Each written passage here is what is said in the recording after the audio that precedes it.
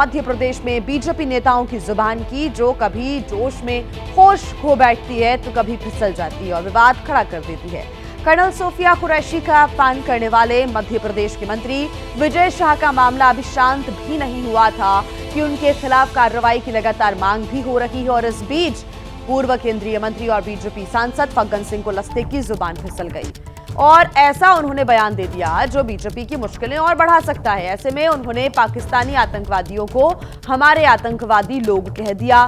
Faggan Singh Kulaste operation सिंदूर की तारीफ कर रहे थे और तारीफ करते करते अचानक ये अजीबोगरीब बयान दे डाले।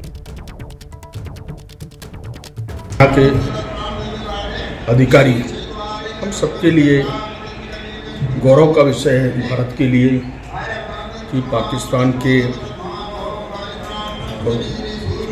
जो हमारे आतंकवादी लोग हैं उन्होंने उनको जवाब दिया और उनकी पूरी सुनी। दुर्भाग्य से हमारे मंत्री ने कुछ बोला है। अब देखिए, एक तरफ तो मध्य प्रदेश के मंत्री विजय शाह ने कर्नल सोफिया कुरैशी पर शर्मनाक टिप्पणी की थी, तो दूसरी तरफ अब मध्य प्रदेश से बीजेपी सांसद और पूर्व केंद्रीय मंत्री फग्गन सिंह कुलस्ते ने पाकिस्तानी आतंकवादियों को हमारे आतंकवादी बोलकर नया विवाद खड़ा कर दिया है।